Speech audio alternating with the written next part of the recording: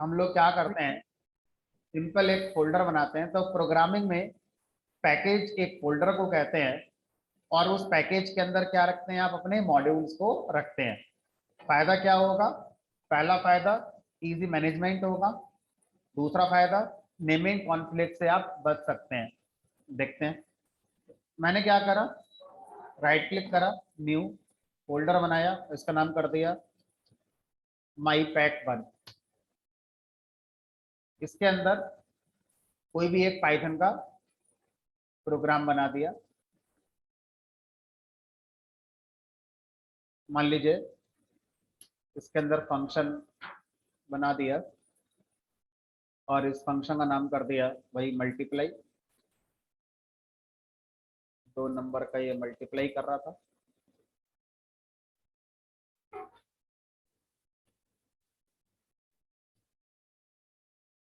नाम इसका कुछ भी दे दो जो आपका मन करे।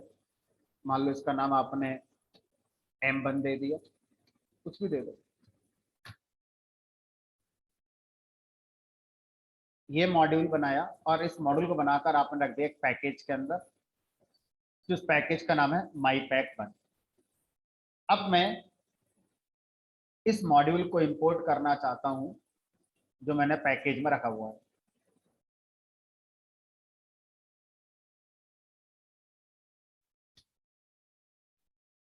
अब मैं लिखूंगा यहाँ पर इंपोर्ट M1, तो नहीं चलेगा क्योंकि M1 तो कुछ है ही नहीं, यारा M1 मॉड्यूल है ही नहीं, जबकि M1 मॉड्यूल आपने बनाया हुआ है, लेकिन वो किस में रखा हुआ है, आपने एक पैकेज के अंदर रखा हुआ है। अब आप क्या करेंगे, यहाँ लिखेंगे इंपोर्ट पैकेज का name my pack dot M। Package कहाँ रखा होना चाहिए? करंट वर्किंग डायरेक्टरी में।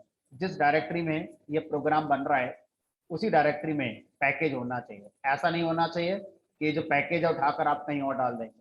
ठीक है, तो सेम जैसे लास्ट क्लास में रूल था उसी तरह से आज भी रूल है कि वो प्रोग्राम जो पैकेज को इंपोर्ट करेगा, पैकेज और प्रोग्राम दोनों सेम डायरेक्टरी में होना चाहिए। इंपोर्ट pack1.m1 है। अब इसका नाम आप कुछ भी कर दो, मान लो M नाम रख दिया इसका। अब M डॉट मल्टीप्लाई, और जो भी इसके फंक्शन है वो आप कॉल कर दो। एरर आ रही है, माई पैक। अब मान लीजिए किसी ने क्या करा, एक मॉड्यूल और बनाया जिसका नाम फिर से M1 है,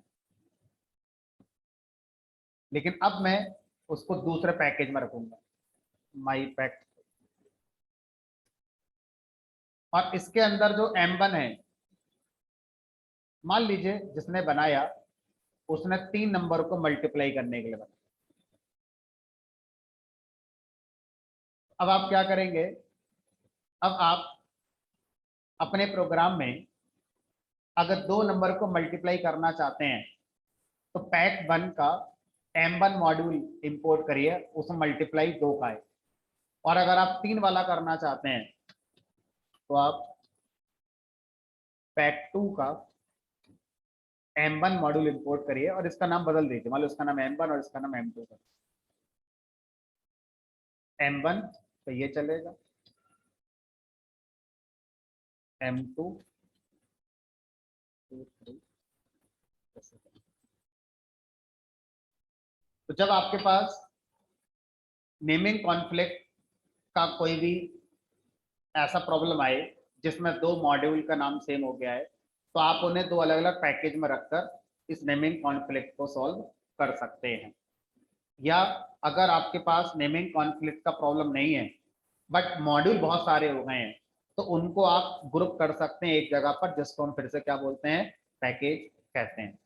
ठीक है, तो अब इस तरह से अगर कोई भी पैकेज के अंदर मॉड्यूल रखा है तो उसको इंपोर्ट करने का सिंटैक्स आपने देखा। इंपोर्ट के आगे पैकेज का नाम डॉट मॉड्यूल का नाम, फिर उस मॉड्यूल का एलियास जो आप देना चाहते हैं वो आप दे सकते हैं। दूसरा तरीका, फ्रॉम पैकेज का name my pack 1 import module का नेम एम्बर। अब आप ऐसे करके भी यूज कर सकते हैं। तो जब आपका कोई मॉड्यूल पैकेज से इंपोर्ट होता है तो दो तरीके आप यूज कर सकते हैं। Import package name dot module name as उसका एलियास, मॉड्यूल का एलियास। दूसरा, from package name import module name. अगर मॉड्यूल का नाम बड़ा है तो आप एलियास अभी भी दे सकते हैं, बट नाम छोटा रखा है मैंने इसलिए एलियास इसका नहीं दिया। तो आप दोनों में से कोई भी सिंटैक्स यूज कर सकते हैं इंपोर्ट करने का। From package name import module name. अच्छा, अगर आपसे कहा जाए कि मुझे सीधे पैकेज के अंदर के मॉड्यूल के अंदर का फंक्शन इंपोर्ट करना है, पैकेज के अंदर के मॉड्यूल के अंदर का फंक्शन इंपोर्ट करना है, क्यों? क्योंकि मैं चाहता हूं डायरेक्ट चले, उसके पहले डॉट ना लगाना पड़े। तो आप ये सिंटैक्स यूज कर सकते हैं, from package name dot module name import उसके फंक्शन का नाम।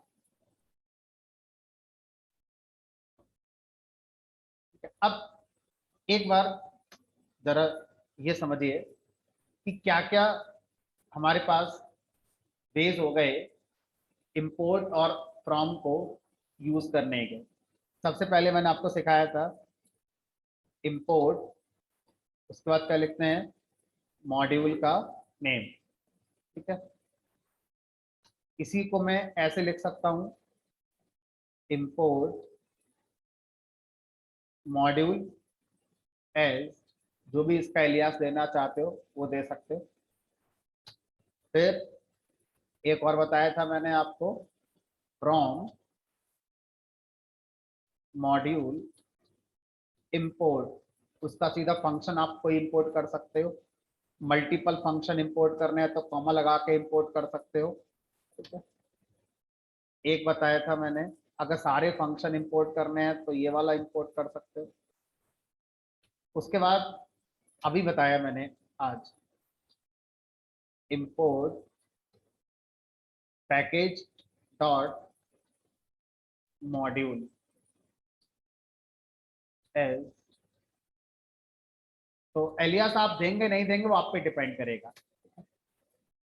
फिर एक बताया अभी, from package import module as alias. उसके बाद एक और बताया, from package dot module import function. तो इस तरह से और भी हो सकते हैं हमारे, है ना। हाँ, एस्टेक लगा सकते हैं, from package dot module import aspect. तो इस पैकेज के, इस मॉड्यूल के जितने भी फंक्शन हैं सारे इंपोर्ट हो जाएंगे। तो इस तरह से आपको इंपोर्ट करने वाले जो डिफरेंट डिफरेंट हमारे यूज केसेस हैं वो पता होना चाहिए।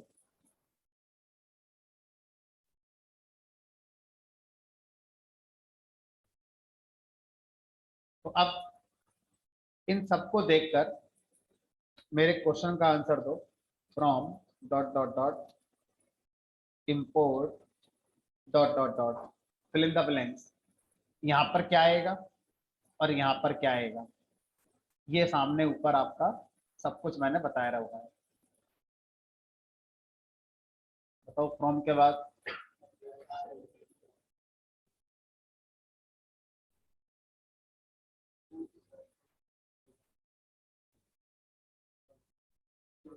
देखो, फ्रॉम के बाद अगर आप, तो ये कहानी अगर मगर से चलेगी। अगर मॉड्यूल का नाम लिखा है तो इंपोर्ट के आगे उसका फंक्शन का नाम आएगा, लेकिन अगर फ्रॉम के आगे पैकेज का नाम लिखा हुआ है तो इंपोर्ट के आगे क्या आएगा, उसके मॉड्यूल का नाम आएगा। सोचिए, पैकेज के अंदर मॉड्यूल होता है, मॉड्यूल के अंदर फंक्शन होते हैं, है ना। तो उसी सेंस में लेकर चलिए, फ्रॉम अगर मॉड्यूल है तो मॉड्यूल के अंदर फंक्शन मिलता है। फ्रॉम पैकेज है तो पैकेज के अंदर फंक्शन नहीं होता है, पैकेज तो एक फोल्डर का नाम है, पैकेज के अंदर मॉड्यूल होता है, मॉड्यूल के अंदर फिर फंक्शन होता है। तो अगर आप जानना चाहते हैं उस फंक्शन के पास फ्रॉम का लगाते हुए, तो from package name dot module name import function का। तो इस तरह से आप इन सिनेरियोज को ध्यान में रखते हैं।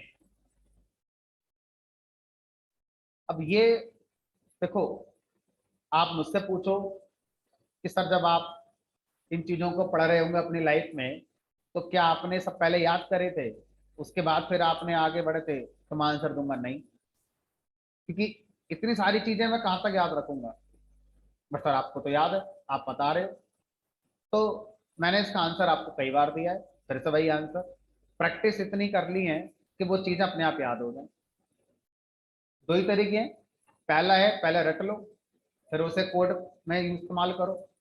दूसरा है कोड इतना बना लो कि सारी चीजें कवर हो जाएं और अपने आप याद हो जाए। दो ही तरीके हैं, तीसरा कोई तरीका ही नहीं। पहला वाला तरीका बहुत मुश्किल है, आपको बहुत कष्ट देगा। क्यों? क्योंकि आपको टाइम लगाना पड़ेगा, दिमाग पर बोझ डालना पड़ेगा अपने। क्या करो, पहले सबको रटो। ऐसे तो बहुत है पाइथन में याद करने के लिए, हर चीज जो पहली बार आएगी पहले याद करो, तब यूज करो। पॉसिबल नहीं है। तो जो आप कर रहे हो उसके प्रोग्राम बना लो, इतने प्रोग्राम बना लो कि प्रैक्टिस हो जाएगी, अपने आप याद हो जाए। तो मैं आपको जो पढ़ा रहा हूँ, मैंने कभी कोई चीज याद नहीं करी है, ठीक है। मैंने प्रैक्टिस इतनी कर रखी है प्रोग्रामिंग की कि मुझे अपने आप याद हो गए कि ये चीज ऐसे होती है, ये चीज ऐसे होती है, ये चीज ऐसे होती है। और ये बात श्योर है कि अगर मैं एक साल प्रैक्टिस छोड़ दूं प्रोग्रामिंग की, तो मैं सब भूल जाऊंगा। आज से 15 साल पहले मैं सी पढ़ाता था, मुझे सी की एक एक चीज पता थी। आप आज मुझसे पूछोगे तो सब मेरे बेटे सन्नाटा है मेरा। क्यों? क्योंकि प्रैक्टिस ही नहीं रही है। दो चार बातें याद हैं, कॉन्सेप्ट याद हैं आदमी सी के सारे, बट आप कहोगे कोड बना दो, तो मैं बीच में कई बार स्टक करूंगा, बनेगी नहीं मुझसे। क्यों? प्रैक्टिस छूट गई अब। तो प्रैक्टिस ही है जो आपको इन चीजों को याद करवा सकती है। बाकी तो कोई तरीका मुझे तो नहीं मिला अभी तक, किसी को मिला हो तो बता सकते हैं, सबका फायदा हो जाएगा। चलो फिलहाल आगे बढ़ते हैं।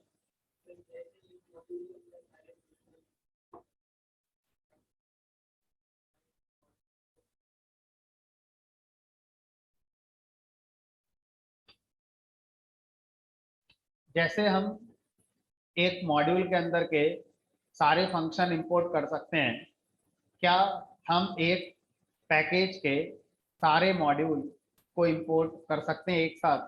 आंसर है यस, हम ऐसा कर सकते हैं, लेकिन हमें इसके लिए अलग से कुछ सीखना पड़ेगा। तो सीखते हैं फिर। तो मान लीजिए सिंप्लिसिटी के लिए मैंने कोई एक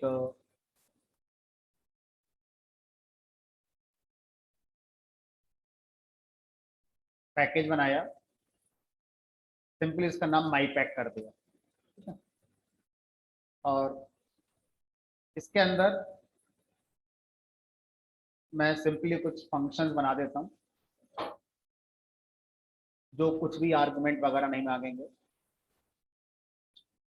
रिटर्न हो जाएगा this is F1।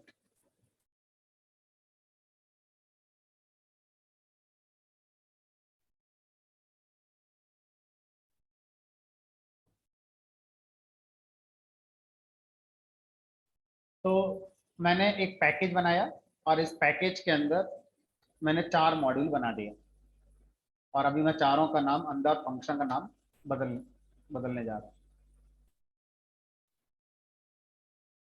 M1 M2 M3 M4। तो M2 के अंदर फंक्शन का नाम मैंने F2 कर दिया, दिस इज F2। और ये M3 हो गया, यहाँ पर F3 फंक्शन का नाम कर दिया।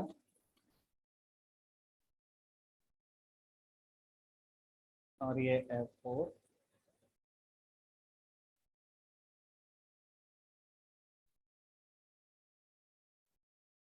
अब पिक्चर ये है कि एक पैकेज है, उस पैकेज के अंदर ये 4 मॉड्यूल हैं। अब मैं क्या चाहता हूँ, जो मैं चाहता हूँ पहले मैं उसको करके देखता हूँ, हो जाएगा चैप्टर क्लोज हो गया, नहीं होगा तो कुछ नया सीखना पड़ेगा।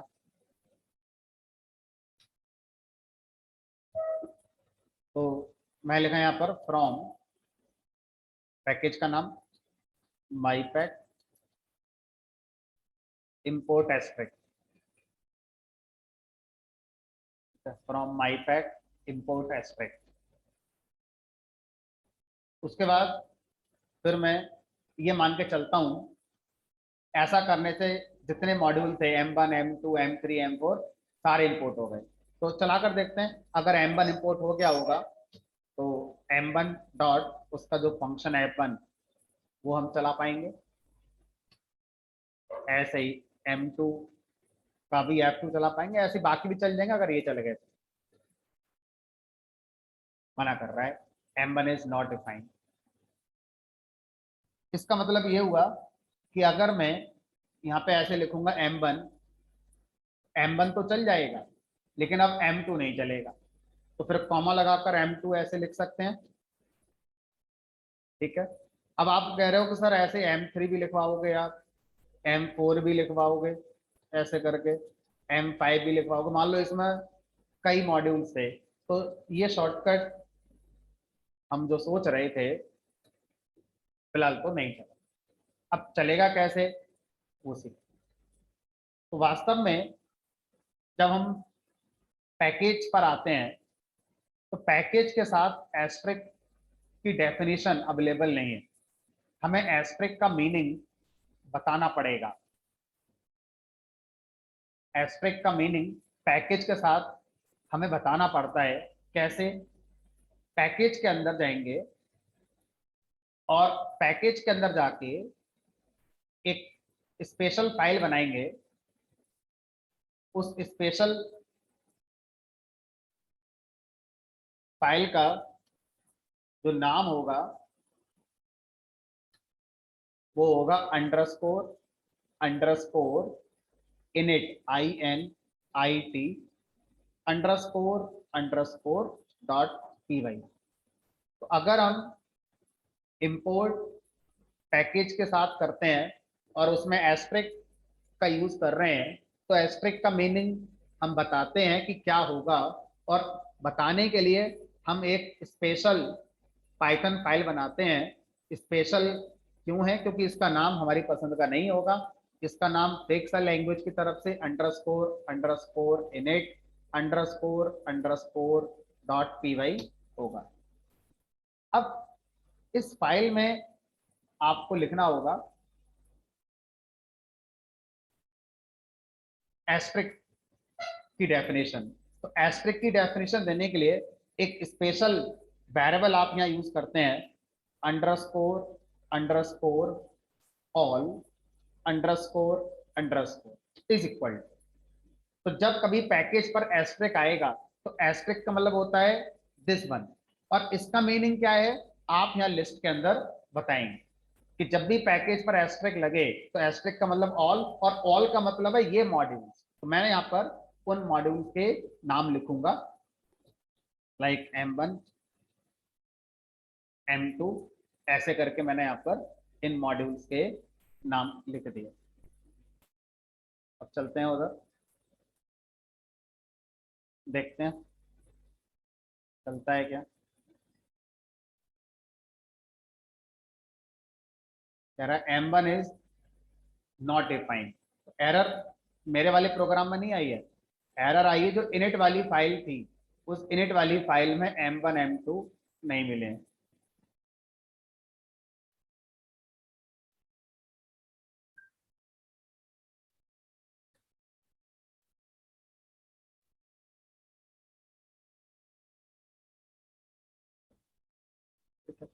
तो इस तरह से अब आप एस्ट्रिक का जो मीनिंग है वो ये है, और इसका मीनिंग ये दोनों। इसका मतलब जब आप from package name import asterisk करेंगे तो वो सारे मॉड्यूल इंपोर्ट नहीं करेगा इंटरप्रेटर। सारे का मतलब इन दो को सारे मानेगा कि यही दो होते हैं, क्योंकि आपने एस्ट्रिक का मीनिंग सिर्फ M1 M2 ही बता रखा है। सोचो, अगर मैं यहाँ पर M3 के साथ आगे बढ़ना चाहूंगा कि भाई M3 मॉड्यूल का F3 फंक्शन भी चले, चेक करते हैं। ये नहीं चला, कह रहा है M3 नहीं चलेगा, क्योंकि आपने एस्ट्रिक की डेफिनेशन में सिर्फ M1 और M2 को बताया हुआ है कि एस्ट्रिक का मतलब M1 M2 मानेगा इंटरप्रेटर। तो अगर मैं M3 भी चलाना चाहता हूं तो मेरे पास दो तरीके हैं। पहला तरीका है कि इस प्रोग्राम में M3 को अलग से इंपोर्ट करेंगे फ्रॉम माईपैक इंपोर्ट M3, अभी चल जाएगा। दूसरा तरीका क्या है, यहां पर इंपोर्ट ना करा के आप इनिट वाली फाइल में ऑल में M3 को भी बताकर आ जाइए। अगर कोई आपसे बोलेगा कौन सी अप्रोच बेटर है, तो आप कौन सी अप्रोच बेटर बनाना प्रेफर करेंगे, तो ये डिपेंड करेगा। मान लीजिए मैं इस लाइन को अलग अलग प्रोग्राम में कई बार लिखूंगा। जैसा भी प्रोग्राम है 213, ऐसे एक प्रोग्राम बनाया मैंने 300.py, 5 दिन बाद, 10 दिन बाद एक प्रोग्राम और बनाया, 1 महीने बाद एक प्रोग्राम और बनाया, और उसमें भी ये स्टेटमेंट लिखा। तो अगर मैं यहां पर ही चेंज कर चुका था, तो जब जब ये लाइन लिखी जाएगी हर बार एस्ट्रिक का मतलब क्या होगा, ये तीनों हो जाएगा। और अगर मैंने यहां पर ना लिखकर जहां पर इंपोर्ट करा था सिर्फ वहां लिखा होता, दैट मीन्स जब भी ये लाइन चलेगी इसका मतलब सिर्फ क्या रहेगा, दो रहेगा। तो आप क्या डिसाइड करेंगे कि जब किसी भी पैकेज को एस्ट्रिक के साथ इंपोर्ट किया जाए तो उस पैकेज के कितने मॉड्यूल हैं जो आप सामने वाले को एक बार में देना चाहते हैं। अगर सबको देना चाहते हैं तो फिर इस ऑल वेरिएबल में सब मॉड्यूल के नाम एज स्ट्रिंग लिख दीजिए। कुछ को देना चाहते हैं तो फिर आप क्या करेंगे, कुछ को लिखेंगे, सबको नहीं लिखेंगे। तो आप जब लिख ही रहे थे तो सभी को लिख दो, क्या दिक्कत आ रही है। हमने कहा मेमोरी का इशू आ सकता है। मान लीजिए एक पैकेज में अभी मैंने 4 मॉड्यूल रखे हैं, 400 मॉड्यूल हो गए। अब मैंने ऑल डिफाइन किया और मैंने 400 मॉड्यूल के नाम ऐसे लिखे जैसे अभी लिखे हैं। जब कभी किसी ने फ्रॉम पैकेज ने इंपोर्ट एस्ट्रिक लगाया तो इस लाइन को एग्जीक्यूट होने में हो सकता है आधा सेकंड लगे, 1 सेकंड लगे, 5 मिनट लगे। क्यों? पहले सारे इंपोर्ट भी तो होंगे मॉड्यूल पे। जरूरी है जो इंपोर्ट कर रहा है वो उन 400 मॉड्यूल का यूज करेगा ही करेगा। लेकिन आपको ऐसा लग रहा था उन 400 में ना 5 मॉड्यूल बहुत कॉमन है जो लगभग हर कोई यूज करता ही है। तो आपने क्या सोचा कि चलो एक काम करते हैं, ऑल में उन 5 को रख देते हैं, ताकि कोई भी अगर ये लाइन लिखे फ्रॉम पैकेज इंपोर्ट एस्ट्रिक तो वो 5 अपने आप आ जाएंगे। बाकी जो रह गए 395 जिसको जरूरत पड़ेगी अपना बाद में इंपोर्ट करेगा मैन्युअली। तो आपका मेमोरी ऑप्टिमाइजेशन भी हो गया, एफिशिएंसी भी सही बन गई, और एस्ट्रिक का मीनिंग आप कंट्रोल भी कर पाए। ठीक है, तो पाइथन में ये बड़ा इंटरेस्टिंग निकला, क्योंकि हर लैंग्वेज में फैसिलिटी नहीं है कि आप एस्ट्रिक का मीनिंग डिफाइन कर पाए। पाइथन में भी सिर्फ पैकेज के लिए अवेलेबल है, किसी और के लिए अवेलेबल नहीं है। ठीक है, तो जब आप ऐसा करेंगे तो ये कर सकते, तो आगे चल के अब आपको कई बार ऐसा मिलेगा, ये जो आपने पढ़ा है ये आगे के कई इंटरव्यू क्वेश्चंस में आपकी हेल्प करेगा। ठीक है, ये 2 लाइन आपको कई बार, 2 लाइन मतलब इस तरह की 2 लाइन है, मैं ये नहीं कर रहा एग्जैक्ट यही पैकेज का नाम होगा, एग्जैक्ट मॉड्यूल का नाम M5 होगा। इस तरह की 2 लाइनें कभी एक साथ आपको अगर दिख जाए पाइथन में तो आपको अब सरप्राइज नहीं होगा। इस क्वेश्चन से पहले आपको सरप्राइज जरूर होता कि जब सामने वाले ने एस्ट्रिक लगा दिया तो फिर अलग से एक मॉड्यूल क्यों इंपोर्ट करा जा रहा है, फिर तो सारे आ ही गए हमारे। तो एस्ट्रिक का मतलब सारे मॉड्यूल नहीं होता। एस्ट्रिक का मतलब किन मॉड्यूल्स को हम मानना चाहते हैं वो हम खुद डिफाइन करते हैं एक स्पेशल फाइल में जिसका नाम फिक्स है, underscore underscore init underscore underscore dot py होगा और यह फाइल पैकेज के अंदर बनाई जाती है और इस फाइल के अंदर हम इस तरह का एक बैरल बनाते हैं ऑल नाम का underscore underscore all underscore under. तो इसका नाम आप बदल नहीं सकते, यही रखना है। वो इंटरप्रेटर इसी नाम के बैरल को सर्च करता है एस्ट्रिक को डिफाइन करने के लिए। तो इस तरह की और भी चीजें हैं जो हम इस इनिट फाइल में आगे लिख सकते हैं। ठीक है, उनमें से एक अभी हमने पढ़ी है, जितना भी हम पाइथन जानते हैं उसमें बस एक ही लाइन हमारी समझ में आएगी। आगे जैसे जैसे बढ़ेंगे इसमें और भी चीजें हैं जो हम मेंशन कर सकते हैं। कॉन्सेप्चुअली इनिट किसका नाम है? Initialization, package initialization. तो इंटरव्यू के अंदर क्वेश्चन ऐसे पूछा जा सकता है शब्दों में कि पैकेज इनिशियलाइजेशन क्या होता है। तो पैकेज इनिशियलाइजेशन का मतलब है जब भी कोई पैकेज इंपोर्ट होगा उस समय क्या आप कुछ करना चाहते हैं, उस समय आप कुछ करना चाहते हैं तो पैकेज के अंदर इनिट फाइल बना दीजिए, उसमें लिख दीजिए। जो उसमें लिख देंगे वो उस समय हो जाएगा जिस समय पैकेज कहीं भी इंपोर्ट हमारा हो रहा होगा। ठीक है, तो इसको बोलते हैं पैकेज इनिशियलाइजेशन। तो जैसे ही पैकेज इनिशियलाइज हो हम चाहते हैं उसके ये मॉड्यूल को इंपोर्ट अपने आप हो जाए। ठीक है, चलिए तो अब पैकेज क्या है समझ में आ गया, मॉड्यूल क्या है वो समझ में आ गया। अब लास्ट चैप्टर, जब हम मॉड्यूल पढ़ रहे थे और अभी हमने पैकेज पढ़ा तो एक चीज आपने ऑब्जर्व करी होगी, नहीं करिए तो अब करिए। एक फोल्डर बनता है जिसको मैं अक्सर डिलीट कर देता हूँ, ये फोल्डर बनता है यहाँ पर। तो ये फोल्डर क्यों बनता है, इसके अंदर क्या आता है, ये फाइलें आई हैं, क्यों आई हैं फाइलें, ये क्या होता है ये फोल्डर? अगर मैं इसे डिलीट कर दूं तो क्या होगा? मेरा कुछ नहीं होगा, चलाओगे फिर भी चल जाएगा। ठीक है, तो समझने की कोशिश करते हैं अब। और ये अगेन एक अच्छा इंटरव्यू क्वेश्चन भी है। ठीक है,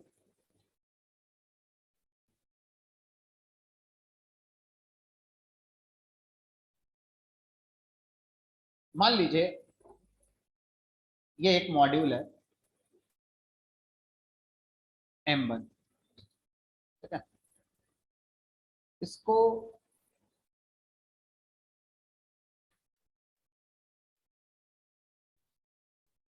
मैंने 3 अलग अलग प्रोग्राम में इंपोर्ट करा। ये P1 प्रोग्राम है, ये P2 प्रोग्राम है, ये P3 प्रोग्राम। तो अब जो मैं समझा रहा हूँ इसका आउटपुट का कोई मतलब नहीं है। ठीक है, लॉजिकली कॉन्सेप्ट है एक बस। अगर आप ये नहीं जानते हो तो आपकी लाइफ में कोई फर्क नहीं पड़ेगा, आप बढ़िया डेवलपर बनते रहोगे। ठीक है, जान जाओगे तो एक्स्ट्रा नॉलेज आपको मिल जाएगी। अब P1 के अंदर मैंने इंपोर्ट करा M1 को, P2 के अंदर इंपोर्ट करा M1 को, P3 के अंदर इंपोर्ट करा, इन तीनों के अंदर मैंने इसको इंपोर्ट किया हुआ।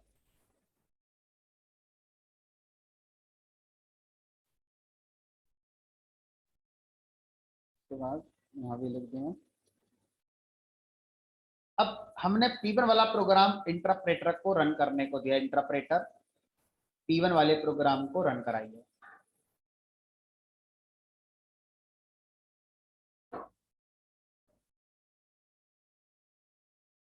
अब इंटरप्रेटर P1 वाले प्रोग्राम की जो स्टेटमेंट्स हैं क्या वो उनको कंपाइल करेगा? Answer is yes. पहले आपने जो P1 प्रोग्राम में लिखा है चेक तो कर लें सही लिखा भी है कि गलत लिखा है, सिंटैक्स एरर तो नहीं है उसमें कोई। तो इंटरप्रेटर P1 प्रोग्राम को कंपाइल करेगा, दैट मीन्स उसमें सिंटैक्स एरर चेक करेगा। अब क्वेश्चन यहाँ से बनता है कि P1 ने इंपोर्ट कर रखा है M1 वाले मॉड्यूल को, भाई मॉड्यूल एक प्रोग्राम ही होता है। तो P1 ने M1 मॉड्यूल को जब इंपोर्ट करा हुआ है तो क्या इंटरप्रेटर M1 को भी कंपाइल करेगा, उसकी गलतियां ढूंढेगा, या वो जो है वो सही मान लेगा और उसको इंपोर्ट कर लेगा? क्या लगता है आपको? इंटरप्रेटर M1 जो मॉड्यूल था क्या उसको कंपाइल करेगा, उसमें गलतियां ढूंढेगा नहीं ढूंढेगा, या इंपोर्ट कर देगा? ढूंढना चाहिए लॉजिकली। सोचो आपको ऐसा उसमें कुछ भी लिख दोगे, जो सही नहीं है वो भी लिख दोगे, फिर तो वो थोड़ी चल जाएगा।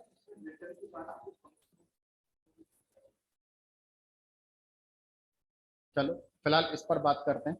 तो अब हमने क्या करा, जो M1 है उस M1 को हमने इंपोर्ट करा P1 के अंदर।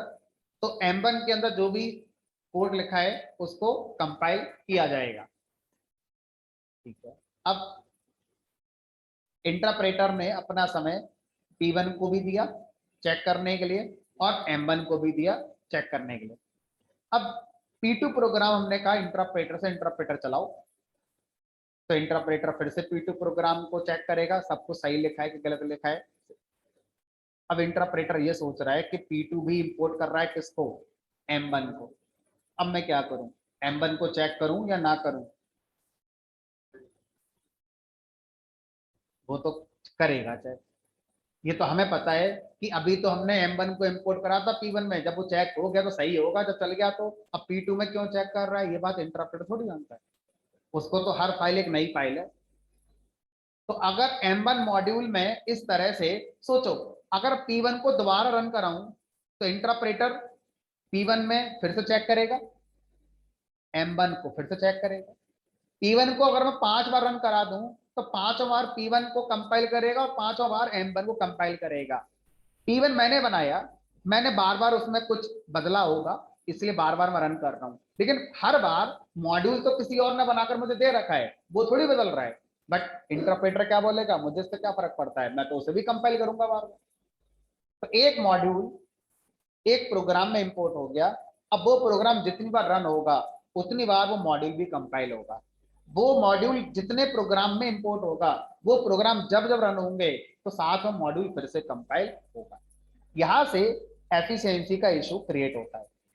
आउटपुट में कोई फर्क नहीं पड़ेगा, आपको पता ही नहीं चल रहा है बिहाइंड द सीन क्या हो रहा था क्या नहीं हो रहा। इस डिस्कशन से पहले भी तो सब हो ही जाता है, आउटपुट तो बढ़िया मिल ही रहा था हमारे लिए, फील भी नहीं आ रहा था स्लो चल रहा है का फास्ट चल रहा है।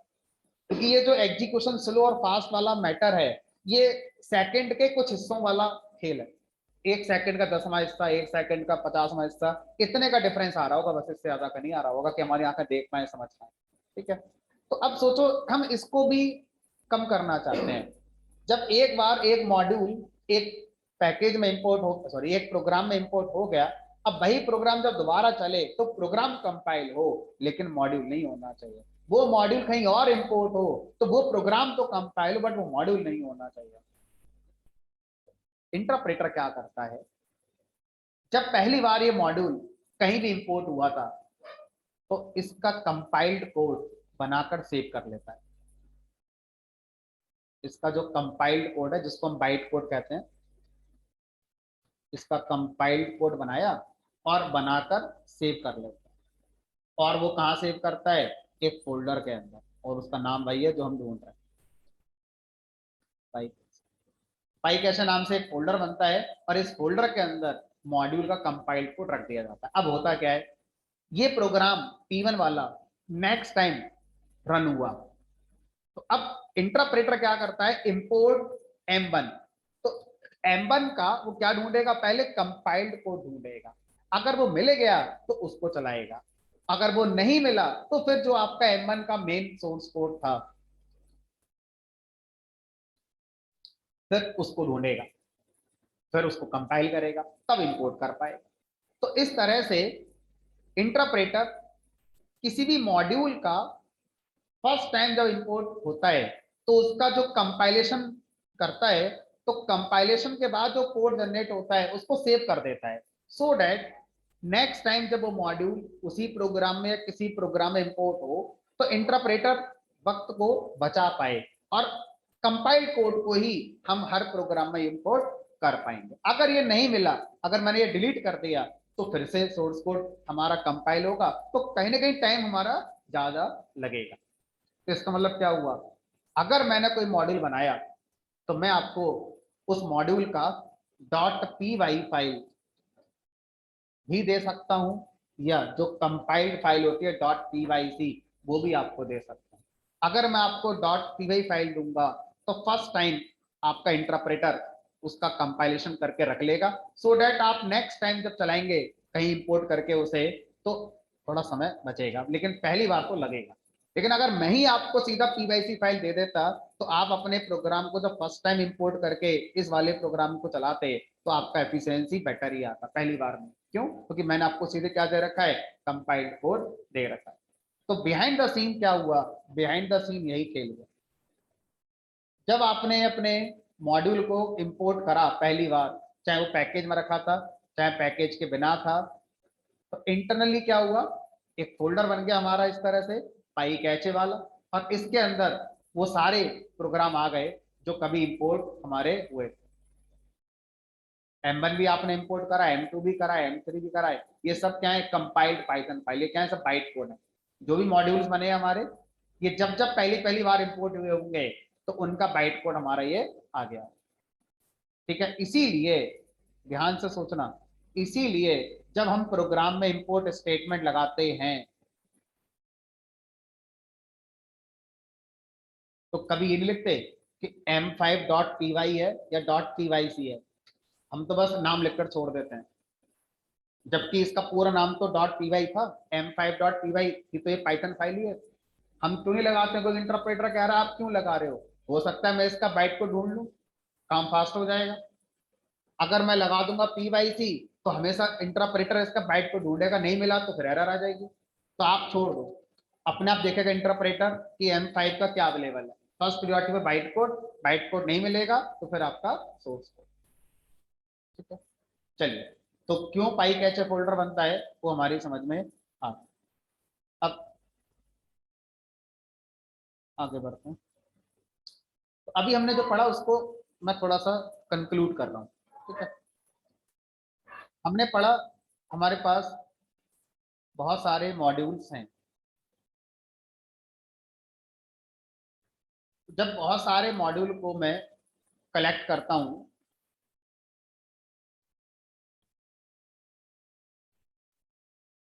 ये आपका मॉड्यूल है,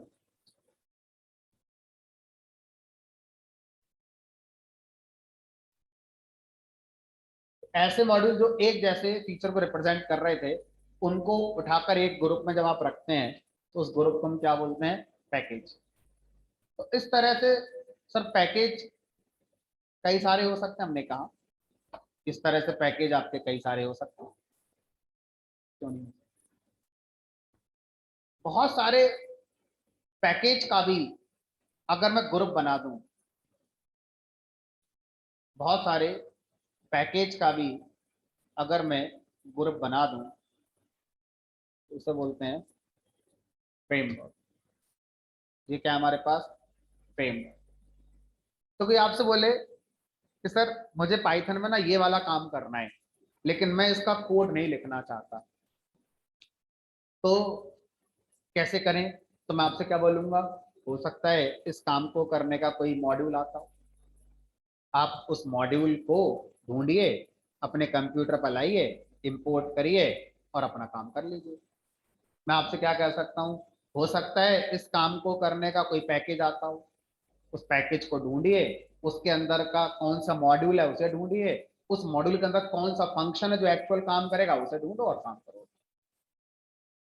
अब मैं आपसे ये भी कह सकता हूँ कि हो सकता है कि जो आप करना चाहते हैं उस काम को करने का एक फ्रेमवर्क आता हो, अब आपको ज्यादा एफर्ट लगाने पड़ेंगे, उसमें बहुत सारे पैकेजेस मिलेंगे, बहुत भीड़ भी निकलेगी, उस भीड़ में ढूंढो आपका कौन सा पैकेज काम का है, उस पैकेज के अंदर फिर भीड़ मिलेगी बहुत सारे मॉड्यूल्स की, ढूंढो कौन सा काम का है, एक मॉड्यूल के अंदर बहुत सारी भीड़ मिलेगी फंक्शंस की, ढूंढो आपका काम का कौन सा फंक्शन है, तब जाके आप उस फीचर को अपने प्रोग्राम में यूज कर पाएंगे।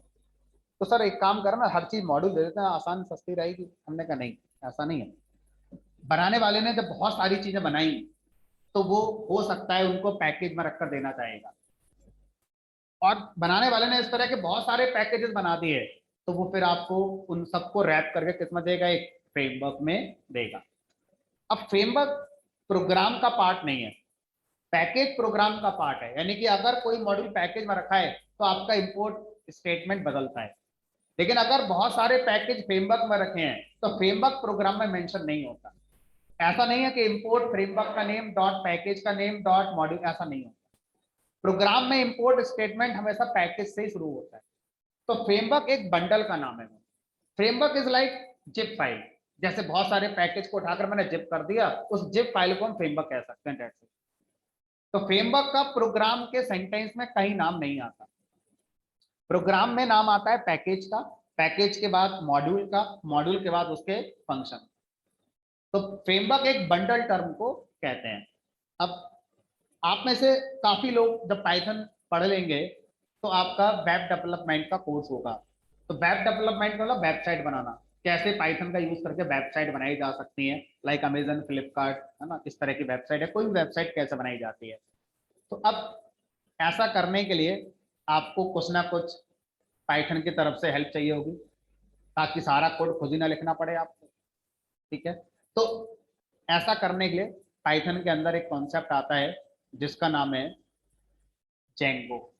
जेंगो में डी साइलेंट है, तो इसको DJANGO ये स्पेल करते हैं, बट प्रोनाउंस करते हैं जेंगो। ठीक है, कुछ लोग डी जेंगो प्रोनाउंस कर देते हैं, ठीक है, फर्क नहीं पड़ता। ठीक है, तो सही प्रोनाउंसिएशन इसका जेंगो है। तो जेंगो क्या है? पाइथन का एक फ्रेमवर्क है। तो अगर मैं आपसे कह दूं जेंगो एक पाइथन का फ्रेमवर्क, आप ये समझ गए कि जो मुझे मिल रहा है बहुत ज्यादा मिल रहा है।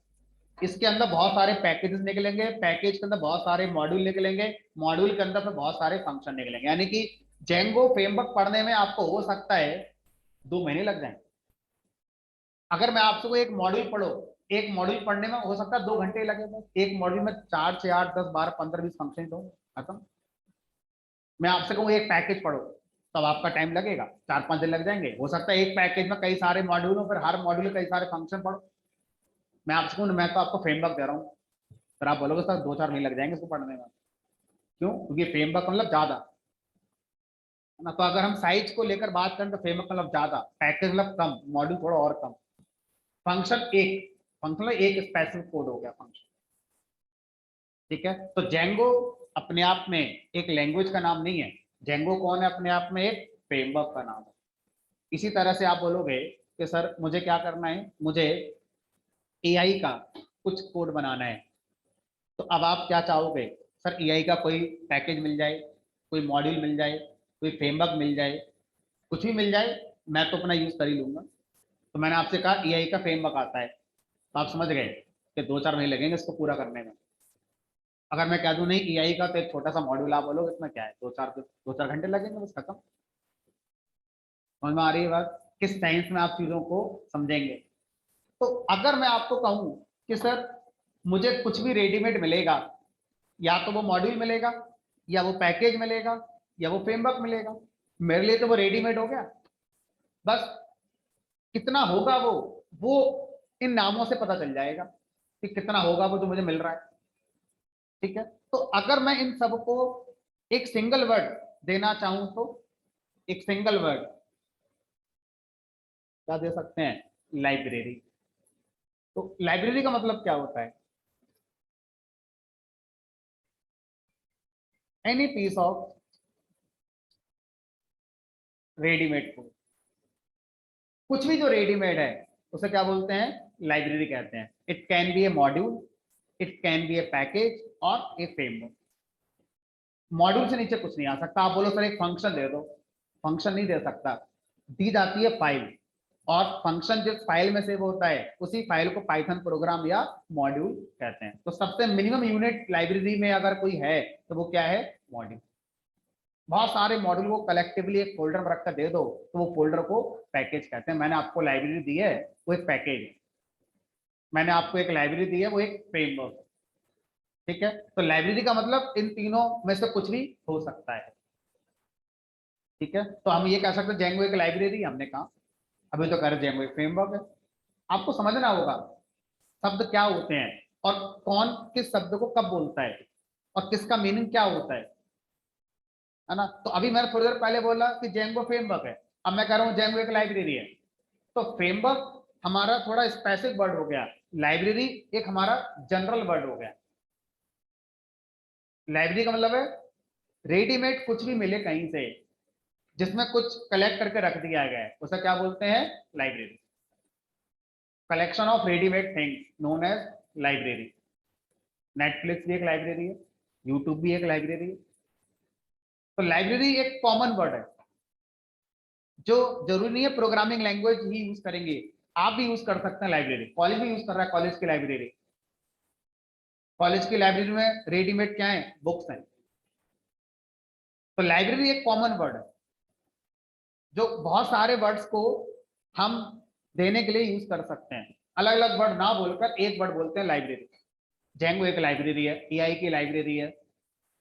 मुझे किसी को ओटीपी जनरेट करा के देना है, उसकी लाइब्रेरी आती है।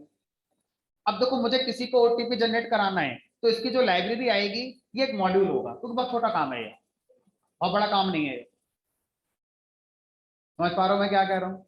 अगर मैं आपसे को मेरे पास एक लाइब्रेरी है जो अपलोडिंग करने वाला काम करती है, माइट भी वो पैकेज हो, क्योंकि अपलोडिंग अलग अलग तरह की हो सकती है, पीडीएफ की अपलोडिंग, एक्सेल की अपलोडिंग, इमेज की अपलोडिंग, तो अलग अलग तरह की अपलोडिंग फीचर हो सकता है, माइट भी अलग अलग मॉड्यूल अलग अलग काम करते हैं और फिर उन सबको उठाकर एक पैकेज रखकर मुझे दे दिया गया। तो माइट भी अपलोडिंग का एक पैकेज आता होगा लाइब्रेरी के नाम पर। ठीक है, तो इस तरह से वर्ड बनता है हमारा लाइब्रेरी। तो अब हम गूगल पे अगर हम सर्च करने जाते हैं तो हम क्या लिखें? अगर मुझे क्या करना है, मुझे पाइथन में कोई भी काम करना है, तो वो चीज मैं ढूंढना चाहता हूँ, हो सकता है पहले से हो, तो मैं अपनी क्यों बनाऊं? तो मैं गूगल पे क्या लिखूंगा? लाइब्रेरी नाम से लिखूंगा। ठीक है, Python library for this task, Python library for this task. तो गूगल आपको बताएगा कि लाइब्रेरी में ये पैकेज मिला है और ये पैकेज आप इंपोर्ट करके अपना यूज कर लेना, या ये लाइब्रेरी मिली है जिसका मतलब एक मॉड्यूल है जिसको इंपोर्ट करके आप अपना यूज कर सकते हैं। ठीक है, तो अब अगर आपसे कहा जाए कि जब पाइथन प्रोग्रामिंग लैंग्वेज बनाई गई तो क्या पाइथन प्रोग्रामिंग लैंग्वेज की लाइब्रेरी है? हमने कहा है, क्यों नहीं है। तो हम यहाँ पर पढ़ते हैं, कॉमनली यूज्ड मॉड्यूल्स, पैकेजेस इन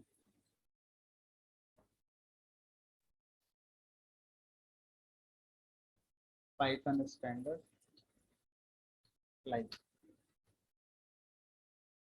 तो पाइथन की जो स्टैंडर्ड लाइब्रेरी है, तो स्टैंडर्ड वर्ड का मतलब क्या है?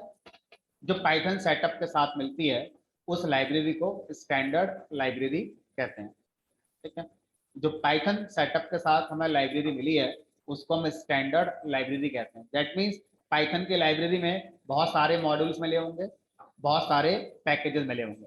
तो पाइथन की स्टैंडर्ड लाइब्रेरी में कोई फ्रेमवर्क नहीं है, या तो सारे मॉड्यूल्स हैं या सारे आपको पैकेजेस मिलेंगे। ठीक है, उनमें से अब आप बोलेंगे सर कितने हैं, आप मुझसे पूछोगे कितने मॉड्यूल्स हैं पाइथन की लाइब्रेरी में, तो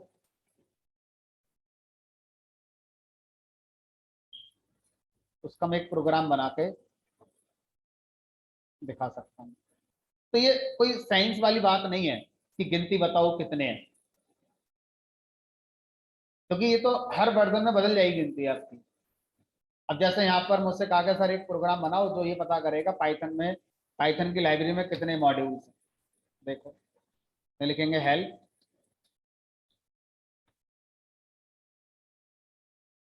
मॉड्यूल्स, वेट करो, लिस्ट निकाल रहा है मॉड्यूल के पाइथन में कितने,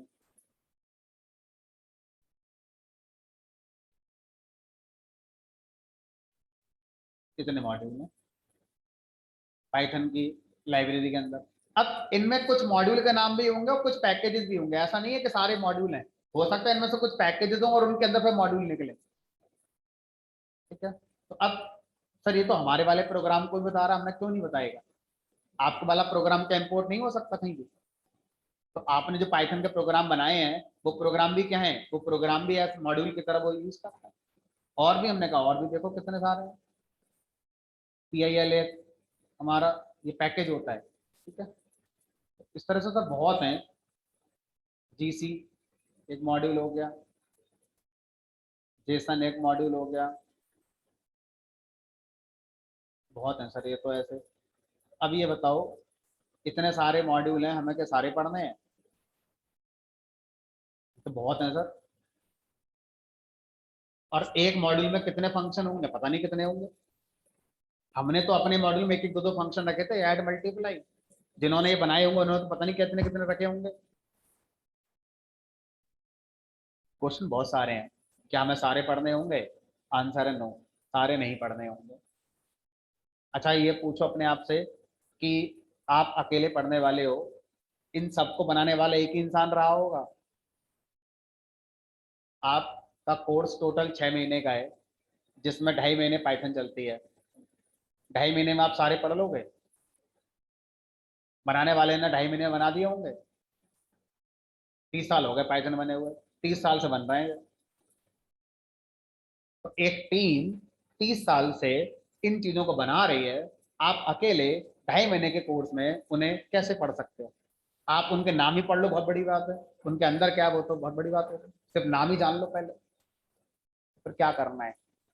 करना ये है, इनमें से उन मॉड्यूल्स को आइडेंटिफाई करना है जो डे टू डे प्रोग्रामिंग में यूज होते हैं, जो आगे चलकर हम प्रोजेक्ट बनाएंगे उनमें इंपोर्ट होते होंगे, या इंटरव्यू के अंदर जब हम जाएं तो वो जो पूछे जाते हैं ज्यादातर। सबको पढ़ने की जरूरत नहीं है, ठीक है? तो हमें उन मॉड्यूल्स को आइडेंटिफाई करना होगा जो डे टू डे प्रोग्रामिंग में, प्रोजेक्ट्स में और इंटरव्यू के अंदर यूज होते हैं। उसके बाद जहां जॉब करने जाओगे, अपने आप आपको पता चल जाएगा कि जो प्रोजेक्ट आपको दिया गया है उसमें कौन सा और एक्स्ट्रा मॉड्यूल है जो यूज होना है। तो वो प्रोजेक्ट स्पेसिफिक हो गए, जो पर्टिकुलर प्रोजेक्ट में यूज हो रहे हैं, हर प्रोजेक्ट में यूज नहीं होते। तो आपको वो कॉमन मॉड्यूल्स को समझना होगा, ठीक है? तो वो सर कॉमन मॉड्यूल कितने हैं? मान के चलो 15 से 20। इनमें से 15 से 20 आप पढ़ लोगे तो आप डे टू डे प्रोग्रामिंग कर लोगे, जनरल प्रोजेक्ट्स आप सब बना लोगे, इंटरव्यू आप आसानी से निकाल पाओगे। तो 15 से 20 मॉड्यूल आप पढ़ लोगे। कौन कौन से हैं उनमें से कुछ के नाम मैं अभी लिख देता हूँ, ठीक है? उनमें से कुछ ऐसे हैं जो 5-5 मिनट के हैं, 10-10 मिनट के हैं, और कुछ ऐसे हैं जो 5-5 घंटे लेंगे, और कुछ ऐसे भी 4-5 दिन भी लेंगे,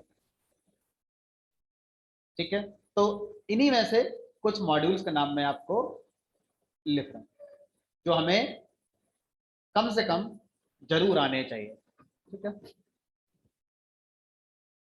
तो एक है हमारा जिसका नाम है हमारा मैथ मॉड्यूल, रैंडम। तो अभी सबको मैं नाम लिख दे रहा हूँ, ऐसा नहीं है कि मैं इसी सीक्वेंस में आपको पढ़ाने जा रहा हूँ, ठीक है? और ऐसा भी नहीं मैं सबको पढ़ाने जा रहा हूँ, अभी जो मुझे याद आता जा रहा है मैं लिखता जा रहा हूँ। हो सकता है मैं सबको ना पढ़ाऊँ, हो सकता है कोई एक्स्ट्रा ऐसा पढ़ाऊँ जो मैं ना लिखूँ यहाँ पर, है ना? तो मैथ मॉड्यूल हो गया, रैंडम मॉड्यूल हो गया आपका, इटरेटर टूल्स मॉड्यूल होता है, टाइम मॉड्यूल होता है, कैलेंडर मॉड्यूल होता है, डेट टाइम मॉड्यूल होता है, बिल्ट इन मॉड्यूल होता है, आईओ मॉड्यूल होता है, ओएस मॉड्यूल है, शटल मॉड्यूल है, सिस मॉड्यूल है, जीसी मॉड्यूल है, थ्रेडिंग मॉड्यूल है, इंट्रा मॉड्यूल है, बाकी फिर मैंने एक्सेट्रा लिखा। देखो मैंने 1 2 3 4 5 6 7 8 9 10 11 12 13 14 तो लिखे थे।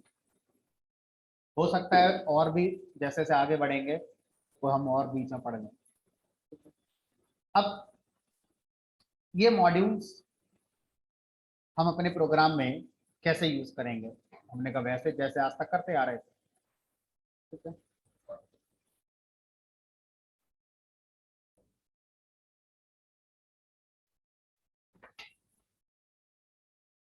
कैसे?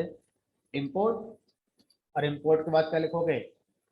कोई भी अपने मॉड्यूल का नाम जो आप इंपोर्ट करना चाह रहे हो, ठीक है?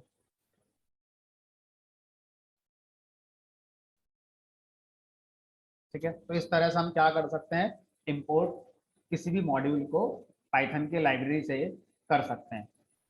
लेकिन सर अगला क्वेश्चन, आपने एक आंसर दे दिया कि ये 15-20 मॉड्यूल आप पढ़ लेते हैं तो इनसे हम अपना डे टू डे प्रैक्टिस कर लेंगे। अगला क्वेश्चन है कि हर मॉड्यूल के अंदर कितने फंक्शंस हैं, हमें ये तो पता होना चाहिए। हमने लिख दिया इंपोर्ट, इंपोर्ट के आगे मैथ, अब इसके आगे क्या करें? हमें ये पता चल गया मैथ एक मॉड्यूल है, अब ये भी तो पता होना चाहिए कि मैथ मॉड्यूल में कितने फंक्शन है। जैसे आपने अपना लिखा था मॉड्यूल, उसके अंदर मल्टीप्लाई फंक्शन था, ऐड था, तो आप बनाने वाले थे, आप ही यूज करने वाले थे, आपको पता था। इस बार सिचुएशन अलग है, जिन लोगों ने ये मॉड्यूल बनाए हैं मैथ वाले या और जो पाइथन के लाइब्रेरी वाले हैं, वो लोग अलग हैं, आप अलग हैं। आपको कैसे पता चलेगा कि मॉड्यूल के अंदर कितने फंक्शन है? और ये कैसे पता चलेगा कि कौन सा फंक्शन क्या काम करता है? और सिंटैक्स में अगर मैं बात करूं तो आप किसी मॉड्यूल के फंक्शन को जब कॉल करते हैं तो आपको कैसे पता चलेगा कि उसमें कितने आर्गुमेंट पास करने हैं, 2 करने हैं कि 3 करने के 4 करने के 5 करने के 10 करने हैं। कैसे पता चलेगा कि वो मॉड्यूल का फंक्शन हमें कुछ वापस कर भी रहा है कि नन वापस कर रहा है। ये सारी बातें जब तक पता नहीं होंगी तब तक आप किसी मॉड्यूल के किसी फंक्शन का इस्तेमाल नहीं कर पाएंगे। अभी तक तो आप खुद ही बनाने वाले थे और खुद ही इंपोर्ट करने वाले थे तो आपको सब कुछ पता होता था। जो मैं कह रहा हूँ समझ में आ रहा है क्या मैं कह रहा हूँ, है ना? मैं सिंपल बात ये कह रहा हूँ कि अगर लाइब्रेरी में कोई भी कोड मैं यूज करना चाहता हूँ तो पहले मुझे उसका डॉक्यूमेंटेशन पता होना चाहिए। डॉक्यूमेंटेशन का मतलब है उस मॉड्यूल में कितने फंक्शंस हैं, उसका नाम क्या है, उसकी स्पेलिंग क्या है, उसमें कितने आर्गुमेंट हैं, वो करता क्या है, हमें वापस क्या करेगा। तभी तो हम अपने प्रोग्राम में उससे यूज करें ना करें डिसाइड कर पाएंगे। तो सर अब ये हमें कैसे पता चलेगा? तो हेल्प फंक्शन हमारी फिर से हेल्प करेगा। हेल्प फंक्शन कह रहा है लव जिस मॉड्यूल के बारे में आप जानना चाहते हो वो मुझे दे दो। तो हमने मॉड्यूल को इंपोर्ट करा और हेल्प के आगे उस मॉड्यूल का नाम लिख दिया। अब मैथ मॉड्यूल का जो भी डॉक्यूमेंटेशन था वो हमारा आ गया। डबल क्लिक करो इस बटन पे, तो नाम है मॉड्यूल का मैथ और ये इसके फंक्शन। फंक्शन में देखो ये पहला फंक्शन है ए कॉस, ये इसका एक हमारा पैरामीटर है। और ये कौन सा पैरामीटर हो गया? पोजिशनल ओनली वाला, क्योंकि स्लैश लगा हुआ है। स्लैश के पहले जितने भी होते हैं वो सब कैसे होते हैं? Position only. फिर ये क्या करता है पता चल गया। अगला फंक्शन वो क्या करता है? तो सर ऐसे करके 1 2 3 4 5, तो ऐसे तो बहुत है सर। ये तो क्यूब रूट सील,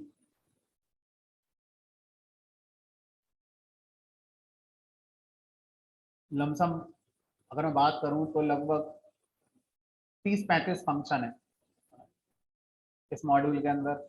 और ये इसके कुछ वेरिएबल्स हैं, रेडीमेड वेरिएबल्स। तो हर मॉड्यूल के अंदर फंक्शन होते हैं ऐसा हम जानते हैं। मॉड्यूल के अंदर कुछ ग्लोबल वेरिएबल भी होते हैं। तो इस मॉड्यूल के अंदर ये कुछ ग्लोबल वेरिएबल हैं जिनको आप अपने प्रोग्राम में यूज करना चाहते हैं तो कर सकते हैं। तो फिर एक क्वेश्चन आपने पूछ लिया जैसे हमें सारे पढ़ने हैं। हमारा 2.5 महीने का सिलेबस है पाइथन का जो हमें मिला है पढ़ने पढ़ाने के लिए। ठीक है, तो अब फिर से हमें जो 15 20 मॉड्यूल पढ़ाए जाएंगे उनमें से किसी एक मॉड्यूल के अंदर जितने फंक्शंस हैं सबको नहीं पढ़ना है। उनमें से भी उनको पढ़ना है जो बहुत ज्यादा कॉमन है, जो हर जगह यूज होते हैं।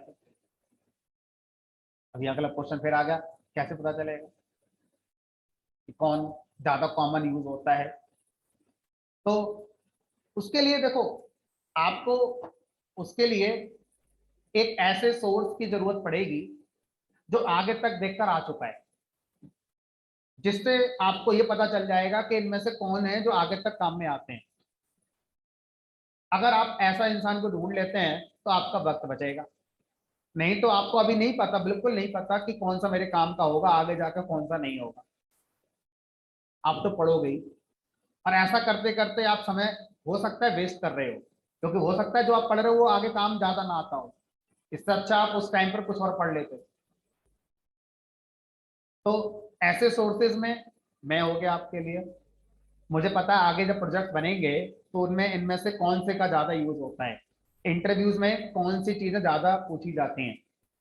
आप कोई ट्यूटोरियल फॉलो कर सकते हैं यूट्यूब पर, वेबसाइट बहुत सारी अवेलेबल हैं जो पाइथन पढ़ा रही हैं, है ना? तो उनमें से किसी को फॉलो कर सकते हैं। वो लोग भी सिर्फ वही मॉड्यूल के वही फंक्शंस ट्यूटोरियल में बताते हैं जो बहुत ज्यादा यूज होते हैं, सारे वो भी नहीं बताते। ठीक है, आप अपने किसी सीनियर का रेफरेंस ले सकते हैं जो ऑलरेडी इस फील्ड में हो, जो कंपनी में काम करता हो, जो ऐसे प्रोजेक्ट बनाता हो पाइथन के। तो वो आपको बता सकता है कि भाई ये फंक्शंस हैं, ये पढ़ो, सारे मत पढ़ो। तो इससे पहले तो अपने ही कर रहे थे। ये तो अभी मैंने बताया, इससे पहले कल जो पढ़ा आज जो पढ़ा उसमें हम मॉड्यूल अपने तो बना रहे थे, उसे इंपोर्ट कर रहे थे, वही तो कर रहे थे, है ना? तो अब वापस यहाँ आ जाते हैं। तो मैं आपको इनमें से सिर्फ वही फंक्शंस पढ़ाऊंगा जो मुझे लगता है ज्यादा यूज होते हैं आगे। तो आपको फोकस ये नहीं करना है कि मैं आपको पढ़ा कौन सा फंक्शन रहा हूँ, आपको फोकस ये करना है कि सिंटैक्स क्या लिखा जा रहा है। कल को एक नया मॉड्यूल का नया फंक्शन आ गया और हमारा पाइथन का सिलेबस ड्यूकेट से खत्म हो गया, तो फिर कहाँ जाएंगे, किसके पास जाएंगे? आप रोक नहीं सकते एक नया मॉड्यूल आने से और उसके अंदर एक नया फंक्शन आने से। समय के साथ वो आएगा, बिल्कुल आएगा, डेफिनेट है। आपको कॉन्सेप्ट पता होना चाहिए कि कोई भी मॉड्यूल का कोई भी फंक्शन कैसे इंपोर्ट किया जाता है। अगर हमें उसकी जानकारी नहीं है तो उसको पढ़ा कैसे जाता है। अगर आपको वो आता है तो आप फ्यूचर में आने वाले किसी भी मॉड्यूल में किसी भी फंक्शन का इस्तेमाल कर सकते हैं, कहीं किसी के पास पूछने की जरूरत नहीं है आपको। तो वो इंपॉर्टेंट है, वो आना ज्यादा जरूरी है हमारे लिए। तो वही मैं आपको सिखाने की कोशिश कर रहा हूँ कि अगर आपको ये नहीं पता कि किसी मॉड्यूल में कितने फंक्शन हैं, इंपोर्ट करेंगे उस मॉड्यूल का नाम, हेल्प लगाएंगे और उसके अंदर जितने फंक्शंस हैं वो सारे मिल जाएंगे। अब अगर आप कहोगे कि सर इसमें टाइम बहुत लग रहा है एक एक फंक्शन को पढ़ने में समझने में, तो इसके कई सारे शॉर्टकट हैं। एक शॉर्टकट क्या है, आइडल पे आप किसी मॉड्यूल को इंपोर्ट करिए, मॉड्यूल का नाम लिखिए, डॉट लगाइए, डॉट लगाने के बाद 2 से 5 सेकंड का वेट करिए, जितने फंक्शंस हैं अल्फाबेटिकल ऑर्डर में सिर्फ उनके नाम नाम ला कर दे देगा, सिर्फ नाम नाम आ गए, दूर से पता चल जाएगा ये फंक्शन है। और कई बार ऐसा होगा उनके नाम को पढ़कर आपको समझ में आ जाएगा कि ये क्या करते हैं। जैसे ही मैंने लिख दिया CBRT, तो CBRT क्यूब रूट निकालता है, किसी भी वैल्यू का क्यूब निकालना। तो ऐसे होगा SQRT, किसी वैल्यू का स्क्वायर रूट निकालना, फैक्टोरियल निकालना, किसी वैल्यू का फैक्टोरियल निकालना। ठीक है, ये आ गया स्क्वायर रूट। जैसे 16, 16 का स्क्वायर रूट 4 होता है, तो आज से पूछो वो बता देगा 4 होता है। तो किसी भी नंबर का स्क्वायर रूट आप इससे पूछ सकते हो, क्यूब रूट इससे। तो एटलीस्ट एक आउटर लेवल पर आपको फंक्शंस के नाम पता चल गए। अब जैसे मान लीजिए आपको CBRT पता चला, लेकिन आपको ये समझ नहीं आ रहा करता क्या है, तो एक तरीका था इससे जाके पढ़ो, इसमें बहुत आपको ज्यादा डॉक्यूमेंटेशन पढ़ना होगा। तो आप सीधे हेल्प को यही फंक्शन दे सकते हो, मैथ डॉट उसका कोई फंक्शन का नाम। अब आपको पर्टिकुलर फंक्शन के बारे में बताएंगे, बस return the cube root of x, x कौन है, वो आर्गुमेंट जो इसमें आएगा। तो इस तरह से हम पर्टिकुलर फंक्शन का डॉक्यूमेंटेशन पढ़ सकते हैं।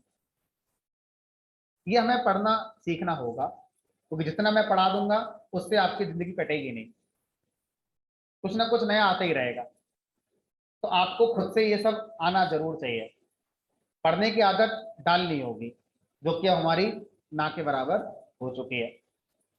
रीडिंग हैबिट हमारी बहुत कम हो गई है, पता है। हमारे टाइम पे क्या होता था, माइट भी आप में से काफी लोग रहे होंगे उस टाइम पर, जब हम लोग खेलते थे या हम लोगों को टाइम पास करना होता था, तो हमारे पास स्मार्टफोन तो होते नहीं थे। आज से 15 साल पहले, 20 साल पहले हमारे पास कॉन्सेप्ट होता था कॉमिक्स का। चाचा चौधरी, रमन, बिल्लू, पिंकी, ये सब कॉमिक्स आती थी, कार्टून्स आते थे। उन कार्टून्स की कॉमिक्स आती थी, बुक्स आती थी, पढ़ते थे। तो उससे हमें एक तो अपना टाइम पास हो जाता था, और दूसरा जो सबसे बड़ी चीज हमारी हमारे साथ हुई, हमारी जनरेशन के लोगों के साथ हुई, रीडिंग हैबिट आना, जो आज के लोगों में नहीं है। आज आपको मैं एक पेज दे दूं तो 10 में से 9 लोग उस एक पेज को पढ़ नहीं सकते बिना डिस्टर्ब हुए। लगातार कॉन्सेंट्रेट होकर वो उस पेज को नहीं पढ़ पाएंगे, बीच में कई बार डिस्ट्रैक्ट होंगे, अपने आप में ही भटक जाएंगे, कहाँ पर आ गए थे, कहाँ तक मैंने पढ़ लिया था। 4 बार में आप उस पेज को पूरा पढ़ पाओगे आप, क्योंकि रीडिंग हैबिट हमारी अब खत्म हो चुकी है। ये जो चीजें हैं ये उन लोगों को बहुत आसान लगती हैं जिनको रीडिंग हैबिट है, वो पढ़कर काम करना जानते हैं। ठीक है, घर में कोई प्रोडक्ट मंगाया, खेलने वाला खिलौना, उसका डॉक्यूमेंट्री साथ में आता है, उसका यूजर मैनुअल, इसमें ऐसे जोड़ना है और ऐसे जोड़ोगे तो ये ब्लॉक बनकर ऐसे जोड़ेंगे तो ये पूरा बनकर तैयार हो जाएगा। लेकिन आप नहीं पढ़ोगे उसे, कहाँ जाओगे, यूट्यूब पर जाओगे, हाउ टू असेंबल दिस। जब यूट्यूब नहीं था तो कैसे करते थे फिर? कोई प्रोडक्ट आपने मंगाया, कहीं से लेकर आए बाजार से, तो उसका यूजर मैनुअल है, छोटी सी किताब आती है ना 2 पेज की, उस पर लिखा होता है कि ये जो प्रोडक्ट है इसके कंपोनेंट्स हैं, ऐसे ऐसे जोड़ेंगे और पूरा बनकर तैयार हो जाएगा। हमारी हैबिट ही नहीं रीडिंग हैबिट। बराबर जो भी है डालनी पड़ेगी। और इस तरह से हम किसी भी मॉड्यूल के डॉक्यूमेंटेशन को पढ़ सकते हैं, मॉड्यूल के पर्टिकुलर फंक्शन का डॉक्यूमेंटेशन हम पढ़ सकते हैं। ठीक है, उसके बाद फिर हम इसे इंपोर्ट करके यूज करेंगे। तो कैसे इंपोर्ट करके यूज करेंगे ये हम सीखेंगे अभी नेक्स्ट क्लास में। लेकिन अभी एक क्वेश्चन पूछा है ऑनलाइन किसी ने, उसका आंसर देते हैं पहले। पाइथन के अंदर एक डेटा टाइप होता है कॉम्प्लेक्स डेटा टाइप, ये क्या होता है? ये शायद स्किप हो गया था हमारा, हमने नहीं पढ़ा था। कभी कभी इंटरव्यू के अंदर ही पूछ लेते हैं, 5 मिनट का टॉपिक खत्म कर देते हैं। तो कॉम्प्लेक्स डेटा टाइप क्या होता है पाइथन में, ये क्वेश्चन है इनका। तो समझते हैं। जब नंबरों की बात होती है गणित में, जब नंबरों की बात होती है तो नंबर स्केल एक हम एज्यूम कर लेते हैं, ये 0 है, ये 1 है, ये 2 है, और ये डॉट डॉट डॉट आगे जाएगा, और ये इधर बैकएंड में आपका जाएगा। ये आपका -1 हो गया, -2 हो गया, और ये डॉट डॉट डॉट ऐसे करके आ गया। ठीक है, अगर कोई भी नंबर जो इस नंबर स्केल पे लाई करता है तो गणित वाले उसको बोलते हैं वास्तविक नंबर, रियल नंबर। अब चाहे वो दशमलव के साथ हो चाहे दशमलव के बिना हो, लाइक 1 हो गया, 1.0001 हो गया, 2.1 हो गया, -1.111, कुछ भी ये नंबर, ये सब नंबर्स क्या है हमारे रियल नंबर, जिनको हमने प्रैक्टिकली देखा है, जिनको हम अपने आसपास में समझते हैं, यूज करते हैं। ठीक है, कुछ नंबर गणित में ऐसे हैं जिन पर अभी भी डिस्कशन चल रहा है, गणित वाले भी नहीं जानते कि वो क्या है नहीं है, यही नहीं पता वो है कि नहीं है अभी। सर ऐसे कैसे हो जाएगा, हमने इतनी गणित पढ़ ली, इतने बड़े हो गए, हमें तो कभी पता नहीं चला ऐसे नंबर भी हैं दुनिया में जिनके बारे में भी रिसर्च चली रही। हमने कहा देखो अभी साथ में मैंने लिखा x² = -1। ठीक है, अब आपको क्या करना है, x की वैल्यू फाइंड करनी है। तो आप क्या करोगे, दोनों तरफ स्क्वायर रूट लोगे, स्क्वायर रूट से स्क्वायर कैंसिल हो जाएगा, बचा x = -1 का स्क्वायर रूट। गणित वालों को आज तक नहीं पता कि नेगेटिव नंबर का स्क्वायर रूट क्या होता है। गणित में आज तक इस बात का आंसर नहीं है कि नेगेटिव नंबर का स्क्वायर रूट क्या होता है। 16 का स्क्वायर रूट 4 है, -16 का स्क्वायर रूट नहीं पता क्या है। तो होगा, तो हमने कहा होगा जरूर, लेकिन आज तक पता नहीं कर पाए कि क्या होता है नेगेटिव नंबर का स्क्वायर रूट। तो गणित वालों ने क्या करा, इसको एक कागजी कॉन्सेप्ट बना दिया, और उसे हम क्या बोलते हैं, इमेजिनरी इमेजिनरी वैल्यूज या इमेजिनरी नंबर्स।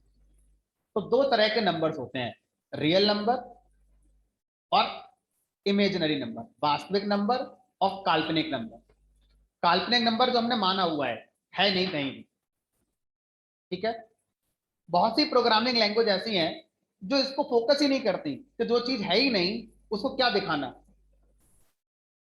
लेकिन पाइथन प्रोग्रामिंग लैंग्वेज के जो क्रिएटर हैं रॉसम, जिन्होंने पाइथन प्रोग्रामिंग लैंग्वेज बनाई है, इनका नजरिया अलग था। क्यों था इनका नजरिया अलग? क्योंकि ये खुद एक मैथमेटिशियन है। तो अगर हम बात करें रॉसम की, जिन्होंने ये पूरा पाइथन का कॉन्सेप्ट बनाया जिसकी वजह से हम और आप लोग मिले हुए हैं,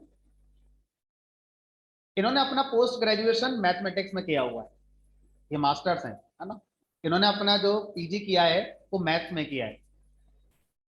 ठीक है, तो इन्होंने जब पाइथन प्रोग्रामिंग लैंग्वेज बनाई तो इन्होंने अपनी जो चीजें सीखी हैं अपनी लाइफ में, जो पढ़ा होगा, उसको इन्होंने इंप्लीमेंट कर दिया पाइथन में कि नहीं मैं तो रखूंगा इमेजरी नंबर का कॉन्सेप्ट पाइथन में, कोई लैंग्वेज रख रही है नहीं रख रही है क्या फर्क पड़ता है। तो रोसम ने क्या करा, रोसम ने इमेजनरी नंबर को पाइथन के अंदर सपोर्ट करा, और जब इमेजनरी नंबर पाइथन में दिखाए गए तो उसका जो डेटा टाइप रखा गया वो क्या रखा गया, कॉम्प्लेक्स डेटा टाइप।